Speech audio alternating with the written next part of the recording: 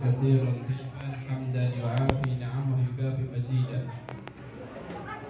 اللهم صل وسلم على سيدنا محمد مفتاح باب رحمة الله عدد ما في علم الله صلاة وسلاما دائمين بدام ملك الله وعلى آله وصحبه ومن والاه ولا حول ولا قوة إلا بالله. رب اشرح لي صدري ويسر لي أمري واحلل عقدة من لساني يفقهوا قولي وسدد لساني واهد قلبي بحق سيدنا مولانا محمد صلى الله عليه وعلى آله وصحبه وسلم. أما بعد, Hadratul Mukarramin, para habaib, para asatidah, para orang tua, para hadirin wal hadirat rahimakumullah, bil khusus Sayyidul Walid bin Mahdar bin Ahmad bin Salim Al-Kaf, mata'an Allah bitu di hati syarifah. Amin ya Allah.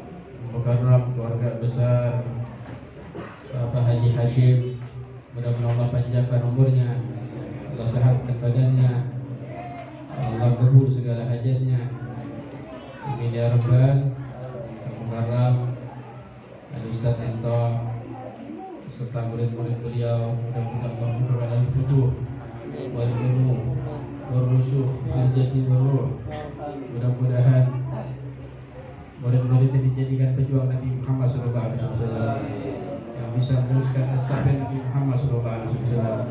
Dan mudah-mudahan yang hadir yang punya hajat digabul oleh Allah, yang sakit disembuhkan, yang sakit disembuhkan, yang sakit disembuhkan, yang lagi susah Allah kasih senang, yang nggak punya kerja Allah kasih kerja, yang udah punya kerja Allah tambahkan suksesnya. Amin ya Rabbal. Dan mudah-mudahan berkah majelis kita Allah angkat segala bala, Allah angkat segala musibah, Allah angkat segala fitnah, Allah angkat segala penyakit, Allah angkat segala virus. Allah jadikan Indonesia negeri yang dipandang oleh Allah dengan pandangan kasih sayang.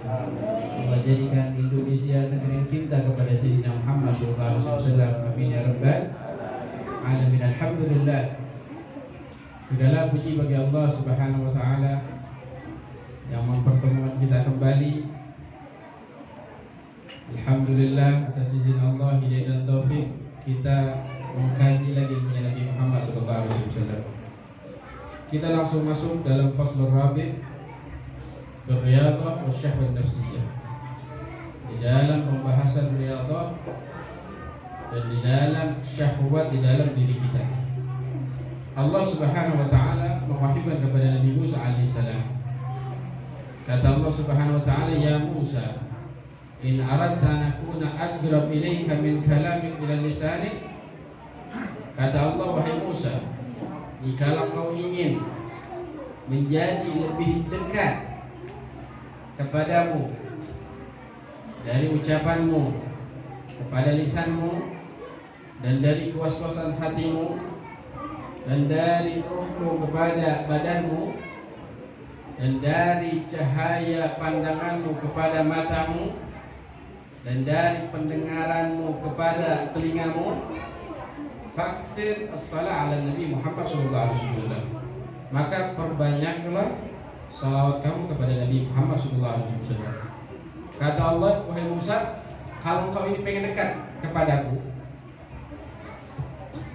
seluruhnya anggota badan yang dekat kepada Allah Subhanahu wa Ta'ala, Allah memerintahkan Nabi Musa untuk memperbanyak salawat kepada Nabi Muhammad SAW. Ya ayyuhal musyrikun ya ru'yati jamali sallu alaihi wa sallimu taslima. Orang yang rindu dengan Nabi Muhammad, yang kangen dengan Nabi Muhammad, perbanyak salawat kepada Rasulullah SAW. Wa Nabi SAW sebutkan dalam hadis, aqrabu minni majlisan yaumal qiyamah aktsarukum alayya salatan, atau kama qala Nabi sallallahu alaihi wasallam. Kata Nabi, orang yang paling dekat tempat duduknya nanti bersama pada hari kiamat, orang yang memperbanyak salawat kepada Nabi Muhammad sallallahu alaihi wasallam. Nanti pengen dekat sama Nabi, pengen satu majlis sama Nabi, perbanyak salawat. Ada kisah sahabat Nabi yang namanya Thauban. Thauban ini Kalau nggak ketemu Nabi 3 hari dia langsung sakit. Pucat mukanya, kuning badannya. Pernah suatu hari dia nggak ketemu Nabi berhari-hari. Pas bertemu dengan Nabi ditanya oleh Nabi Muhammad, "Malak ya Taubah? Kenapa kau Taubah? Aku lihat seperti kau sakit." Mungkin kalau bahasa kitanya tuh kayak sakit kok. Diam aja, pucat mukanya. Kata Taubah, "Ya Rasulullah, saya teringat nanti nasibku di akhirat. Mungkin sekarang aku bisa bersamamu ya Rasulullah di dunia ini. Aku bisa melihatmu, aku bisa berjumpa denganmu, aku bisa bebas bertemu denganmu. Tapi nanti di akhirat aku takut. Walaupun aku masuk surga, tapi mungkin surganya beda wahai Rasulullah. Engkau bakal diberikan surga Firdaus, surga yang paling cakep, surga VIP, ya, surga yang gak ada duanya. Adapun aku kalau masuk surga gak tahu. Mungkin kelasnya kelas ekonomi, kelasnya gak paham ya Rasulullah. Saya takut gak bareng kau nanti di surga." Mikirin nasib di akhirat, takut gak dengan Nabi Muhammad SAW. Gak lama datang Jibril alaihissalam membawakan firman Allah Subhanahu wa taala, "Man yuti'illah wa rasulah fa ulaika ma'al ladzina an'amta 'alaihim minan nabiyyin was-siddiqin wasyuhada was-salihin wa hasuna ulaika rafiqa dzalikal fadlu minallahi wa kafaa billahi 'alima." Turun malaikat Jibril membawakan firman dari Allah Subhanahu wa taala. Apa kata malaikat Jibril? Barang siapa yang taat kepada Allah dan taat kepada Rasulullah, akan mengerjakan perintah-perintahnya dan menjauhkan larangannya, faulaika, maka mereka bersama orang-orang yang diberikan nikmat oleh Allah Subhanahu wa taala. Siapa saja? Minan nabiyyin, dari para nabi. Was-siddiqin, orang-orang yang siddiq, yang jujur, derajatnya di bawah nabi, di bawah sahabat. Wasyuhada, orang-orang yang mati syahid. Was-salihin, dan kaum salihin. Wa hasuna ulaika rafiqa, dan yang tadi kita sebutin, mereka adalah sebaik-baiknya teman nanti di akhirat. Jadi ente taat sama Allah, taat sama Rasul, berbanyak salawat, ente bakal kumpul dengan Nabi Muhammad SAW. Mudah-mudahan yang hadir di sini kita satu majlis nanti bersama Nabi Muhammad SAW. Kita di bawah bendera Nabi Muhammad SAW. Kita dekat dengan Nabi Muhammad SAW. Mudah-mudahan kita dijadikan orang selalu bersalawat kepada Nabi Muhammad SAW. Amin ya rabbal alamin. Imam Jumat, perbanyakin salawat, jangan banyakin status, jangan banyakin begadang, jangan banyakin main Mobile Legend. Ya, ngabisin kota aja loh. Suruh pakai HP buat belajar, malah pakai Mobile Legend. Saya begitu. Jangan ngabisin waktu chattingin cewek udah malam-malam. Ayo nih malam, ambil tasbih, baca banyak salawat kepada Nabi Muhammad sallallahu alaihi wasallam. Apapun yang ente pinta, ente bakal dapetin dari salawat kepada Rasulullah sallallahu alaihi wasallam. I'lam, ketahuilah, ayyuhal insan, wahai manusia, anna nafsa al-ammarah bisu, sungguhnya hawa nafsu yang mengajak kepada keburukan, ya ada laka min iblis, sungguhnya dia lebih musuh daripada iblis. Kita merasa bahwa iblis adalah musuh kita terbesar. Salah. Musuh kita terbesar adalah hawa nafsu kita. Makanya kan kalau kita masuk Ramadan kan para ustadz, para habaib, para kiai, mereka ceramah, sungguhnya syaitan dibelenggu. Ya, mereka libur dulu, nggak bisa ganggu manusia. Kok masih banyak manusia yang nggak puasa? Nah itu bukan syaitan, bukan iblis yang ganggu. Siapa? Dia punya hawa nafsu sendiri. Jadi musuh terbesar kita bukan syaitan, bukan iblis, tapi hawa nafsu kita. Dan syaitan ini bisa meracuni kita lebih dahsyat ketika dia bareng dengan hawa nafsu. Ya, dengan hawa nafsu dan syahwat-syahwat. Maka kata beliau, jangan kau tertipu dengan nafsumu yang memerintahkanmu kepada keburukan dan ketertipuan. Karena dari tabiat manusia selalu merasa aman, selalu lalai kepada Allah, selalu merasa santai, selalu lepas daratan, selalu malas. Ini tabiat manusia dan iman. Berapa banyak kita merasa aman? Berapa banyak orang yang gak pernah sholat merasa aman? Rezekiku masih banyak. Ya, merasa aman, gak takut disiksa oleh Allah Subhanahu wa taala. Makan duit bangke mulu, dia merasa aman. itulah tabiat hawa nafsu yang tidak sadar. Yang kedua apa? Al-ghaflah, lalai kepada Allah. Dia nggak pikirin diri untuk berzikir, untuk hadir majelis, untuk bersalawat, dia nggak pikirin. Warraha, santai-santai. Ya, leha-leha, santai. Dia merasa hidup saya masih panjang. Hidup saya masih panjang. Wal fatrah, lepas hidupnya, nggak masa peduli, nggak mau beribadah kepada Allah Subhanahu Wa Taala dan malas untuk beribadah kepada Allah Subhanahu Wa Taala. Kata beliau, fadawaha batil, tinggalkanlah, sesungguhnya itu adalah kebatilan. Walikul syai'in minha ghurur, dan di setiap salah satu dari mereka, setiap individunya, ya merasa aman, lalai, merasa santai, lepas diri, malas, ada tipuan. Kalau ente ridho dalam diri ente ada 5 hal ini, ente ikutin hawa nafsunya, halakta, maka kau akan celaka. Hati-hati. Kalau ente celaka, kalau ente lalai, ente bakal tenggelam di dalam kelalaian. Terus ente bakal lalai. Kalau ente nggak bisa melawannya, ente biarkan hawa nafsu tersebut, maka ente bakal tuntut ke nerakanya Allah Subhanahu Wa Taala. Karena hawa nafsu tadi itu yang 5 itu nggak bisa kembali kepada kebaikan kecuali ente rubah. Dan itu adalah rasul balaya, puncaknya bala. Ya. Dan itu termasuk gudangnya iblis dan tempat kembali setiap keburukan. Gak ada yang tahu kecuali Allah Subhanahu Wa Taala. Sampai Allah firmankan, wattaqullah innallaha khabirun bima ta'malun. Bertakwalah kepada Allah, sungguhnya Allah Subhanahu Wa Taala Maha mengetahui atas apa yang kalian lakukan.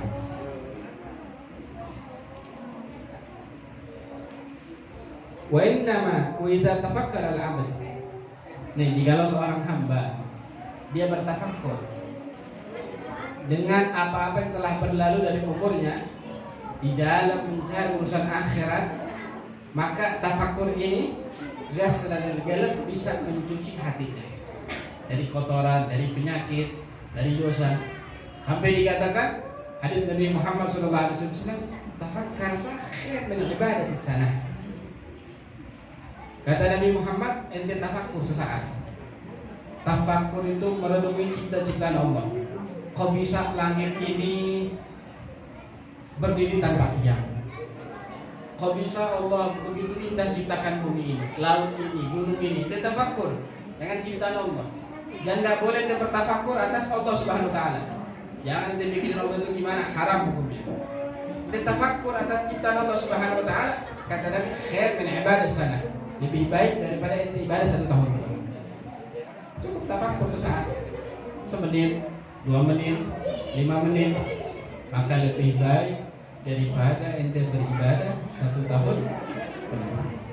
Ayo bertafakkur, merenungi atas ciptaan Allah Subhanahu Wa Taala.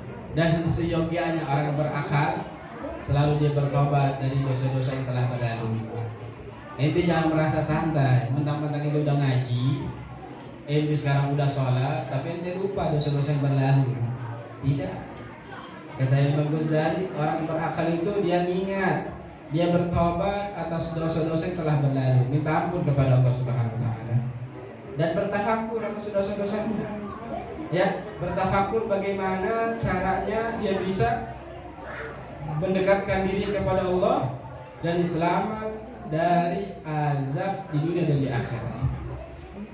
Ya, orang yang mau bertobat benar-benar juga secara amal, memendekkan angan-angannya, dan mikir pengen ini, pengen itu, pengen ini, akhirnya keburu mati kebanyakan angan-angan. Ya, karena kebanyakan angan-angan, kata Habib Abdul Haddad, bikin hubbu dunia. Kalau udah hubbu dunia, apapun dicari, mau halal, mau haram, mau syubhat, mau enak, mau gak enak, tetap dicari. Wa'ajil taubah, harus mempercepat taubat dia kepada Allah dan mengingat Allah Subhanahu Wa Taala, dan meninggalkan apa-apa yang diperintahkan oleh Allah Subhanahu Wa Taala, dan sabar atas dirinya, dan tidak boleh mengikuti syahwatnya. Fan nafsus sanam, sungguhnya hawa nafsu ini seperti sembahan, patung berhala. Barang siapa yang menghambakan diri kepada hawa nafsu, maka dia menghamba kepada patung yang disembah. Dan tapi barang siapa orang yang beribadah kepada Allah dengan ikhlas, sungguhnya dia telah melawan hawa nafsunya. Niatkan ketika salat lillahi ta'ala, ketika ngaji lillahi ta'ala, ikhlas. Ikhlas itu al-amal lillahi ta'ala, la li ghairi. Ikhlas itu beramal karena Allah Subhanahu wa ta'ala. Ngaji bukan karena malu, Ustaz. Ngaji bukan karena malu, takut diomongin. Ya. Ngaji lillahi ta'ala, nanti bakal dapat pahala yang besar dari Allah Subhanahu wa ta'ala. Salat juga. Jangan wah, salat nih kalau lagi ramai-ramai udah paling khusyuk. Allahu Akbar aja mungkin 1 menit boleh. Allah, itu khusyuk banget. Habis itu suaranya ya dikeluarin dikit. Bismillah, ya salam. Walhasil dibikin riaknya. Beramal lillahi ta'ala ikhlas. Ada diriwayatkan Malik bin Dinar, suatu hari beliau berjalan di pasar Basrah. Beliau melihat buah til. Buah til, tahu buah til? Udah banyak di Indonesia. Pas dia ngeliat buah til, dia pengen, tapi nggak punya duit. Akhirnya dia copot sendalnya. Dia bilang kepada pedagang buah til tersebut, saya pengen buah til, ayo tukar dengan sandal saya. Kata si penjaga warung tersebut, nggak bisa. Sandal ente jelek, nggak bisa tukar. Tin anak nggak bisa ditukar sama sandal ente. Akhirnya Malik bin Dinar kabur pergi. Terus ada yang berbicara, pembantunya ini, hamba saya. Ente nggak tahu tadi yang minta buatin itu siapa? Saya nggak tahu.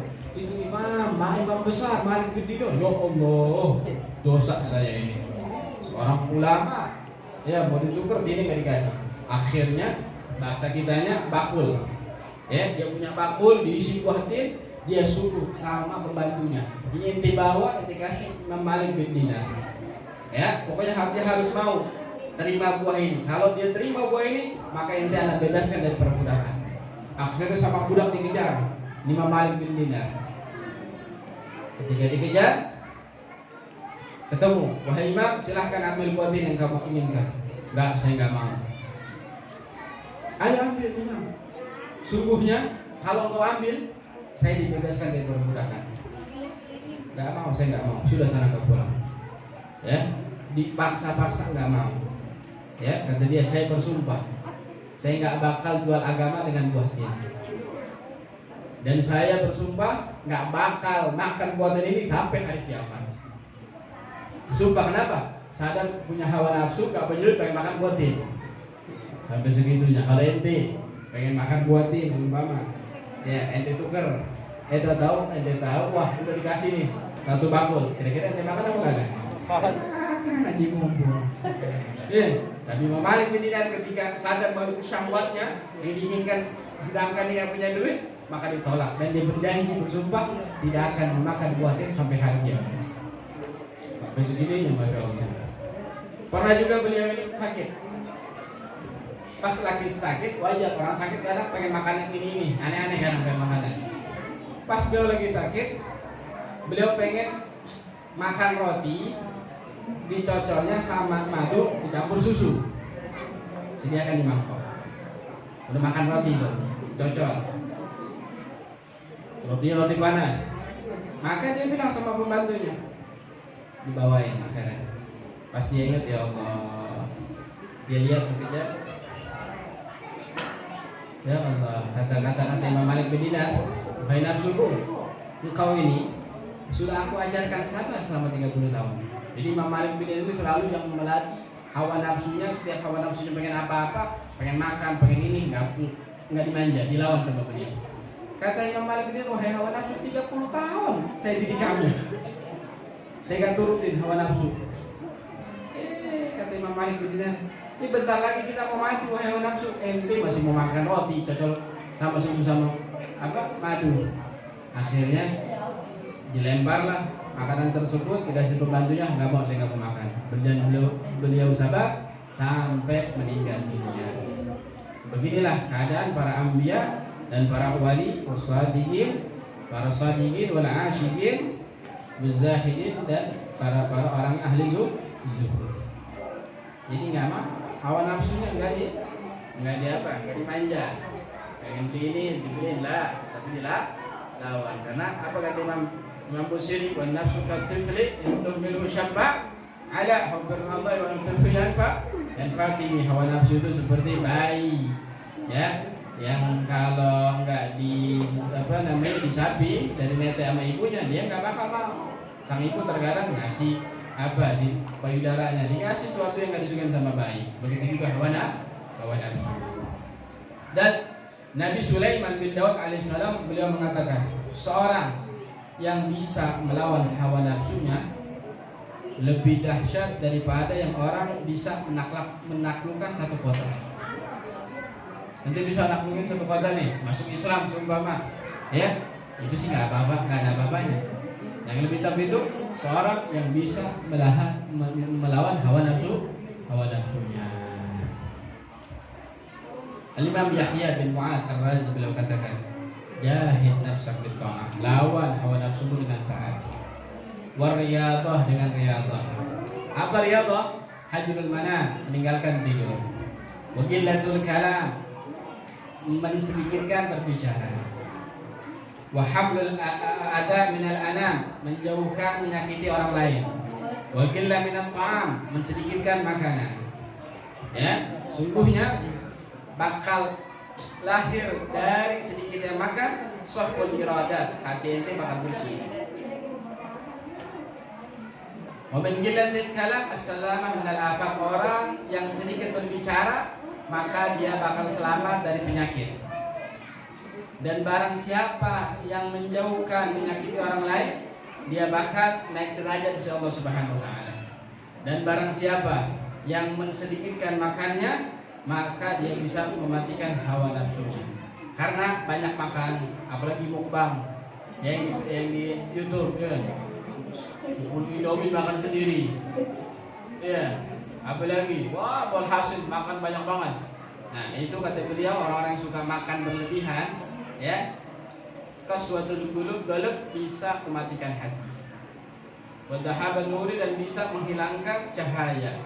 Hikmah, ya, bisa menghilangkan cahaya dari hatinya. Dan hikmah dari lapar, ya, dan kenyang. Orang yang sering kenyang itu jauh dari Allah Subhanahu wa taala. Nabi sallallahu alaihi wasallam beliau bersabda, "Nawwiru qulubakum bil ju'." Sucikan, sinari hati kalian dengan rasa lapar. Wajahidu anfusakum bil ju'. Ayo lawan hawa nafsumu dengan lapar dan haus. Dan sering-seringlah mengetuk pintu surga dengan dalam keadaan lapar. Ente mau berdoa sama Allah, pengen digabul dalam keadaan lapar. Apalagi di malam hari lagi lapar-laparnya. Ya. Fanal ajr, sungguhnya pahala di dalam keadaan lapar itu seperti pahala mujahid fisabilillah. Dan tidak ada amalan yang paling dicintai Allah Subhanahu wa taala kecuali rasa lapar dan rasa haus. Al-Imam Abu Bakar As-Siddiq, sahabat Abu Bakar As-Siddiq, beliau katakan, "Nasyabi'tu mundu aslamtu." Saya enggak pernah lapar semenjak saya masuk Islam. Kenapa? Karena beliau ingin mendapatkan rasa manusia beribadah kepada Allah Subhanahu wa taala. Dan kata beliau, aku enggak pernah puas minum ketika aku setelah masuk Islam. Karena aku ingin berjumpa dengan Allah Subhanahu wa taala dalam keadaan lapar dan dalam keadaan haus. Sungguhnya di dalam banyak makan, qillatul ibadat, sedikit ibadah. Ya, kalau manusia banyak makan, maka badannya bakal berat dan bakal ngantuk dan anggota badannya bakal lemas, maka tidak datang kepada sesuatu, ya, nggak ada ijtihadnya kecuali dia bakal tidur seperti bangkai yang digantungkan. Al-Imam Luqman Al-Hakim beliau katakan kepada anaknya, la taktsarun nawm, jangan kau banyakin tidur, wal akal, dan makan. Fa inna min aktsar minhum aja yaumil qiyamah frisan min amali shalih. Orang yang banyak makan dan banyak tidur, maka nanti pada hari kiamat dia muflis, ya, dari amal-amal solehnya. Dan kata Nabi Shallallahu Alaihi Wasallam, dan kau matikan hati kalian dengan banyak makan dan banyak minum. Sungguhnya hati ini ya dia bakal mati seperti pohonan ketika banyak disirami dengan air. Kita punya pohon, kalau sering disirami dengan air bakal mati nggak? Kebanyakan airnya akan mati. Begitu juga hati. Kalau ente sering minum begitu banyak, maka hati kita juga bakal mati. Pernah Imam Yahya bin Zakaria, Nabi Yahya, syaitan iblis menampakkan dirinya membawa sesuatu. Sama Nabi Yahya ditanya, engkau bawa apa? Saya bawa syahwat, hawa nafsu yang aku berikan kepada Bani Adam. Terus Nabi Yahya berkata, ente pernah nggak ngasih saya hawa nafsu? Nggak pernah, kecuali satu. Ente pernah suatu hari kenyang, ente makan malam-malam kenyang, ente akhirnya malas untuk sholat. Nah di situ sekali-kalinya saya berikan hawa nafsu kepada Nabi Allah Yahya. Kata Nabi Yahya, lah aku berjanji nggak bakal aku kenyangi perutku sampai